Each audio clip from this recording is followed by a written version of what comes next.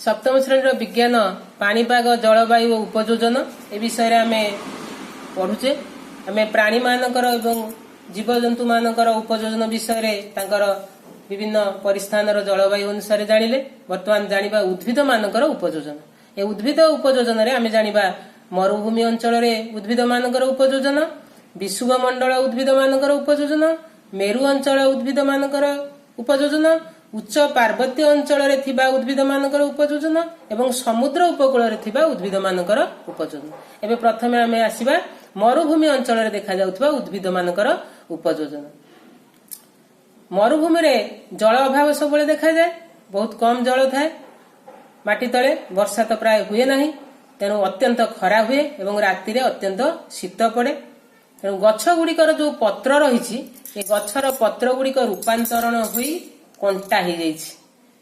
फल ए कंटा हवा द्वारा गछ कंटा हवा द्वारा तांकर सुविधा कौन है ना बाष्पीकरण प्रक्रिया रे विशेष जल नष्ट हुए नाही तेणु जल जो जल गछ चेर साहाय्य माटी तलू आनी से ताकू संग्रह करिकी रखी पारे पुणी तार से गछ पत्र रे खाद्य प्रस्तुत करबा पाई ए गछ गुड़िक जेहेतु पत्र गुड़िक कंटा हो जाइछि आमे ताकू मध्य कंटा जातीय गछ कहि थाउ से उदाहरण हैला सिजु गछ ए सिजु गछ यार कांड रे जल संचय हो रही थाए काक्टस खजुरी गछ मध्य कंटा जातीय गछ एबे देखिबा विषुव मंडलर उद्भिद मानकर उपयोजन विषुव मंडल रे अत्यधिक वर्षा हुए तेणु एठारे गछ मानकर वृद्धि बहुत भल हुए विषुव मंडल जानुच कोठी ए विषुव वृत्तर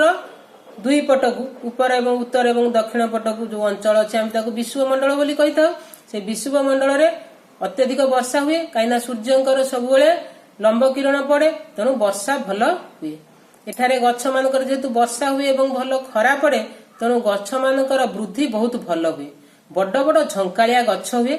तेणु आलोक पाइबा पई गछ गुड़िक जो गछ है भल भाव बढ़ी जाती कहीं ना सूर्यंकर आलोक एवं वर्षा जो पानी पाती तेणु भल भाव बढ़ी जाती से तेणु बढ़ीगला बेलू गोटे गछ जी आउ गोटे गछ ताठू उच्चा हो गला तार डाल पत्र मेलई गला ताले से कौन कर जे नीचा गछ जार उच्चता कम सी आ भल सूर्यंकर किरण पाई पारिब नहीं तेणु तांको भितर प्रतियोगिता हुए किए से ता उपरू उठिबो सूर्यंकर किरण भल भाव पाइब और भल वृद्धि हम तेणु एमती सूर्यंकर किरण बा आलोक पाइबा पई प्रतियोगिता करू करू एठारे गछ गुड़िक साधारणतः डेंगा डेंगा हो जाइथांती एही गछ गुड़िक लता मध्य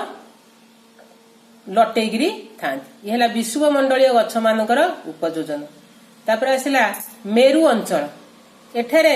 आलोक उत्ताप मृत्तिका और जलर अभाव कोठी मेरु अंचल रे सेठी आलोक बेसी पड़े नहीं सूर्यंकर पूरा तीर्यक किरण पड़े बहुत तीर्यक किरण तेणु जेहेतु सूर्यंकर किरण बहुत तीर्यक पड़ुची तेणु सेठी आलोक कम उत्ताप कम माटी एवं जलर मध्य अभाव देखाଯାଏ तेणु एठी केवल कोठी केमिति शैवाल जातीय उद्भिद देखा जाती शिउली भली उद्भिद देखा जाती मास मास काल पानी न पाइले मध्य सेमाने सुखी करी बंची रही थांती से जो शैवाल गुड़िक पानी पाइले सेमानकर सुखी जाइथिबा पाउडर परी रेणु जो स्पोर्स रही पाउडर भलिया से पुणी शैवाल सृष्टि हुए तेणु मेरु अंचल जेहेतु आलोक उत्ताप मृत्तिका जलर अभाव अच्छी तेणु सेठी उपयोजन करी शैवाल जातीय उद्भिद माने ही देखा जाती सेमाने जदि पानी न पाइले सेमती सुखी बंची रही थांती जेमती पानी पाइबे तांकर जो सुखी जाइथिबा पाउडर भली रेणु अच्छी से पुणी शैवाल सृष्टि हुए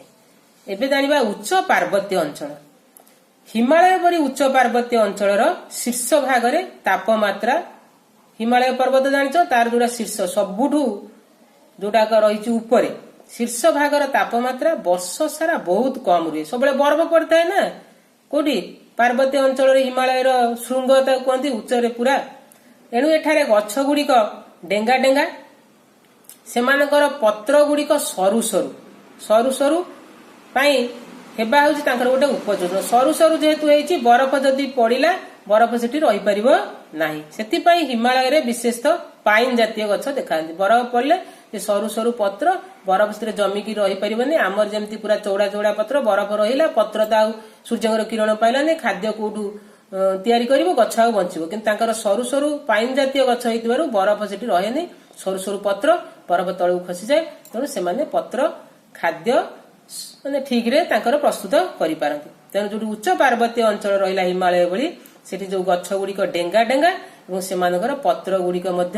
ସରୁ ସରୁ। ତେଣୁ ଇଏ ହଉଛି ଗୋଟେ ଉପଯୋଜନର ଏକ ଦୃଷ୍ଟାନ୍ତ ବା ଉଦାହରଣ। ସମୁଦ୍ର ଉପକୂଳ, ଯୋଉ ସମୁଦ୍ର କୂଳରେ ଜଳ ହଉଛି କଣ ଲୁଣିଆ, ସମୁଦ୍ର କୂଳିଆ ଜଳ ହଉଛି ଲୁଣିଆ। ବାୟୁରେ ଜଳୀୟ ବାଷ୍ପର ଘନତା ବେଶୀ, ସେଠି ଜଳୀୟ ବାଷ୍ପର ପରିମାଣ ଘନତା ମାନେ ବେଶୀ ଥାଏ।